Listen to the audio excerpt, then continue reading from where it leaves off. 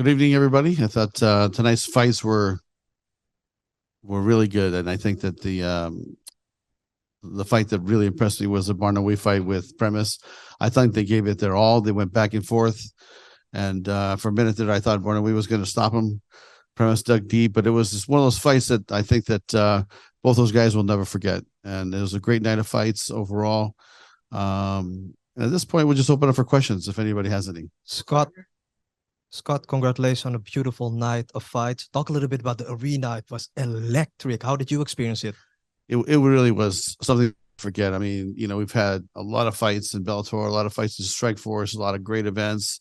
Did Madison Square Garden. We did fights in Japan. We did fights in Ireland, and we did fights all over the world. And this was something that was really special. I'll never forget this night. I think the French fans came in force, and Barnaby had a very big play in that, I think. But it was really exciting, and they were very passionate, and I think all the fighters really appreciate that. So the main event, I want to focus a little bit more on Gegard Mousasi. It's the first time in his career that he lost twice. Where do you go with Gegard from here, Scott? That's really up to him. I mean, Gegard, if he decides to retire or fight, that's really his call. We do have a contract with him, and we'll honor it. But that's a decision only he can answer. I mean, he's had a great career, and it's something that he'll have to talk to his manager and his trainer, his brother, and figure it out. So, were you impressed by Fabian? I mean, beating two legends in a row, three almost. How soon do you think that fight with Johnny Eblen can happen? And was there a scuffle? Yeah, there was a little scuffle, and the date is set for September 23rd. So the date set, it's going to be in Ireland for the fight. And when I think about Edwards, he's a guy that I was just talking to David Green about this. He's getting better and better and better. He's improving every time. And that's why I think that, he's in a great shot now to line himself up for the title, which he got. Him and Eblen is going to be very interesting. Edwards is super fast. He's hard to hit. And he dominated the fight tonight. So he's going to be a great challenge for, I think, Johnny. And we'll see what happens in Ireland. Two short questions from my side before I let you go, Scott. And you already spoke a little bit about Barnaby. I wanted to move on to Costello Festines, Douglas Lima. Of course, your former champion moved up to middleweight, and he won against a ranked opponent. What did you make of Douglas Lima's performance? Yeah, Douglas Lima, I thought, looked good. I think he was still a little careful. I wish he would have opened it up a little bit more, but I think he did great. He did everything he had to do. And, the gentleman he's fighting has very long limbs, very tall, a great kickboxer from a great gym in Holland. And I think he did what he had to do. And his coach came into me and said, hey, I thought my guy won. And I said, look, it's one thing about taking someone down, but you have to do damage too, right? So you have to continue to advance your position if you're going to take someone down. By taking someone down doesn't mean you're actually doing damage. So I think Douglas clearly did more damage in the fight, and I just think he deserved the win. Last question for me, Scott. I can talk to you all day, but I want to talk about Denise Miss Dynamite Kielholz in the only female fight of the night. The queen from Amsterdam, she came back after losing 3 straight. What did you make of her performance? Yeah, I thought she did good. I thought that was a good fight, and I look forward to getting her back into the cage as soon as possible. She's had a great kickboxing career. She's traditionally more of a kickboxer, and had more fights in kickboxing, I think, than MMA. But she's done a lot of good work for us. And I think this fight could hopefully pivot and start turning her back towards getting the title shot or getting back into title contention. So, I talked to my guys and we said, hey, look, let's try to get her back and get her busy as soon as possible. Possible. Hi, Scott, Alexandre for La Sueur. Let's talk a little bit about Mansour Barnawi. What do you think should be next for him? Listen, the guy is super talented, and it didn't work out for him tonight. And that was just an issue of a couple, I think, getting caught with the right hand early on. I think he was dazed and did some damage on him. But he almost stopped Premise in the 3rd round or 4th round. I think that he was right there in the fight all the way to the end. And I think he's going to want to rest right now. So we're going to let him rest. We have a very good division in 155. And who knows, maybe he could revisit the tournament as an alternate if, say, somebody gets hurt. That's one of the things we're thinking about. And what about the French MMA in general? Did you feel welcome in France for this event? Oh, yeah, definitely. The French fans have spoken. I mean, look at the crowd. They're very passionate. They're very loud. it was a pleasure to be here. Hey, Scott. The Douglas Lima we saw tonight obviously was his best performance in a few fights. You just look at the results. Do you think the Lima we saw tonight is a title contender at 185? You know what? I think he's definitely something to talk about, but this is a very, very good division. And I think that, he might want a couple more fights to acclimate his weight. And then we could talk about that. But I don't think his next fight's going to be, obviously, because the 185 is going to be with Johnny and Edwards. So, maybe it's a couple more down the road. But I think he needs a couple more before he starts talking about that. Yeah. In an undercard fight, Saul Rogers and Davey Galone. It was initially a submission win for Rogers. It was quickly overturned to no contest, questionable stoppage. I know that's not you guys, that's the commission, but can you kind of speak to why that happened? You mean why it was call? Overturned? I think when you looked at his head was stuck, and I don't think the referee or even us watching it on TV, we couldn't see what if he was really out or not. I think that the referee made the call and then he stopped, but he was clearly not submitted. So if he was stuck in a position, the referee couldn't see it. I think for fighter safety, he made the call, and so it was a wrong call at the end of the day, and they overturned it. Hi, sir. First of all, congratulations for the event. I will say my question in French. Vous êtes venu 3 fois en 3 ans en France. Il y a un énorme engouement pour le MMA en ce moment en France. Pensez-vous venir plus souvent, peut-être 2 ou 3 fois par an?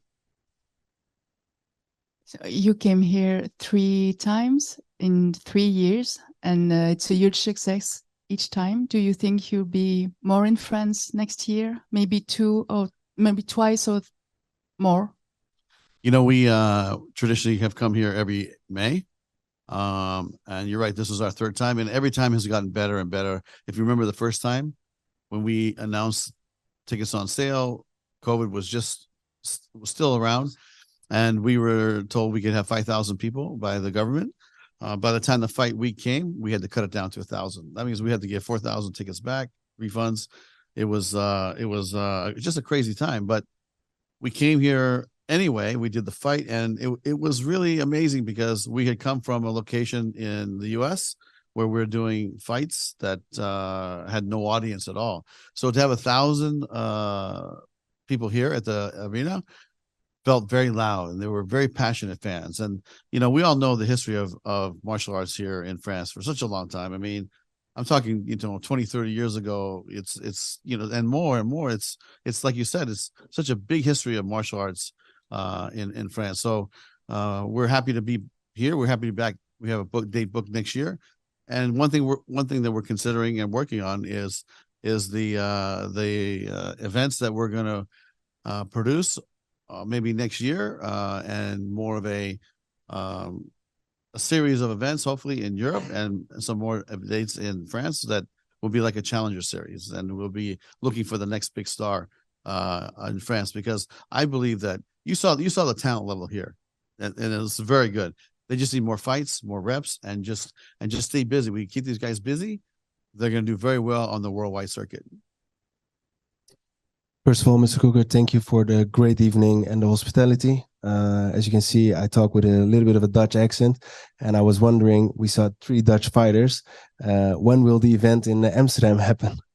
I'll tell you, we had a date in Amsterdam, and we actually had the venue booked, and we got the city to give us a certificate, which was a very difficult thing to do. And then COVID hit, and so it went away. There was from the company standpoint, we had a merger with Viacom and CBS in the US. So we went through that, and we would love to come to Amsterdam sometime, maybe even in 24, but I think sooner than later, because so many great talented martial arts there. And when I think about Holland, I think about Ernesto Hoost, Peter Ards, I think of Overeem, I think about all the great fighters from Sammy Shields. I think about all the great fighters from that area, and I name mostly K1 kickboxers because that's when I was working in Japan. They were fighting all the time and winning all the time. So we would love to go there and continue the Bellator tradition and grow MMA in Holland. One more question about the Bellator Grand Prix at the lightweight. Do you have someone you think has the highest chance of winning the tournament at the moment? I mean, you saw the level of competition tonight, and we still have one more slot that we're going to announce probably next week, and that's the location and the date will be announced. The fighters that are fighting are already announced. It's going to be AJ McKee fighting Pitbull, and so that's going to be the final quarterfinals. So you're talking about super high caliber of athletes. This is honestly the greatest mixed martial arts tournament in the lightweight division. So, I don't know. It could be a toss up, but when you're Usman Nurmagomedov, and you're training with Habib, and you're training with Javier Mendez, and then you have AJ on the other side, that might be the matchup that ends up 1 and 2. So it'll be very interesting. But until the champ gets knocked off, he's the champ, and he's the champ for the reason. So to me, I'm not saying he's the favorite, but I think that he's definitely somebody that should be looked at seriously. Thank you for your time. Thank you.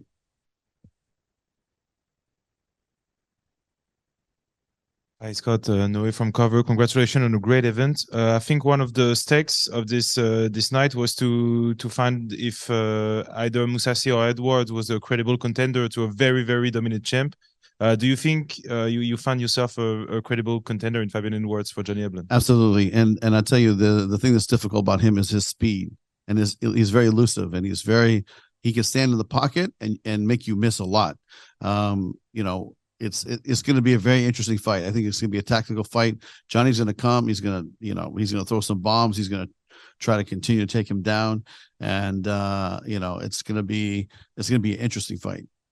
And I think it's fair to say that a lot of French people tuned in tonight because there were a lot of French fighters. What would you say to those French fans to get them interested in buying Bellator 297?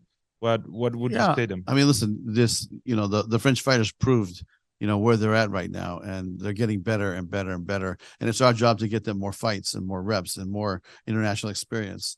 And that's something that we're committed to doing. So, we're looking forward to the next round of bringing the French fighters abroad or coming here and doing some more, like I said, challenger type fights. We can just keep these guys busy because I believe that's really all they need. You mentioned challenger type fights. When you come back to Paris, would that be in big arenas like Accor, or would you like to do like smaller shows but more often maybe? Are you talking about like a challenger series? Yeah. Usually those are in a little bit smaller venues, but I'm not saying they're made for TV shows, but smaller venues. But the idea and the goal really is to get these guys reps and just keep them going because they just need fights. That's it. Just keep these guys busy, and they'll be just fine. Okay, thank you, Scott. Congratulations again. You guys announced last week or recently that Chris Cyborg had re-signed with Bellator. Obviously, it was a long process. The last fight was about a year ago with Bellator. What did it take to get that deal done? You know what? It was really interesting. I don't want to tell you about the whole process, but I got a phone call from her and her manager, and they said, we have chosen to stay, and we'd like to make a deal. So within an hour, we made a deal and inked it within the next 2 hours. So within a 3-hour period, we went from waiting to see what was going to happen with her right to match and other offers coming from other leagues to her making a choice to stay with Bellator and then continue her fighting career. Because we've been together such a long time. Her first fight with us was in 2009. So, we've had a long relationship. So I think she just felt comfortable, and she saw that our commitment to that weight division is still strong. We just have Sarah McMahon just came up and fought and did well. And we still have Kat Zingano out there, Leah McCord. We still have a lot of girls for her to fight. Yeah. And, Kayla's going to be a free agent next year. So let's see what happens. I wanted to ask you about that real quick. Kayla said recently she'll be a free agent completely in December. How realistic is it that next time this time next year, you guys have Kayla and that fight with Cyborg finally gets done in Bellator? I can tell you this, we're committed to discussing with every free agent out there, whether we're a right fit for someone or not. And if she does become a free agent, then we'll definitely have that conversation because that's the business we're in. And, her and Cyborg would be an amazing fight. But right now she fights somewhere else. Let's just see what happens.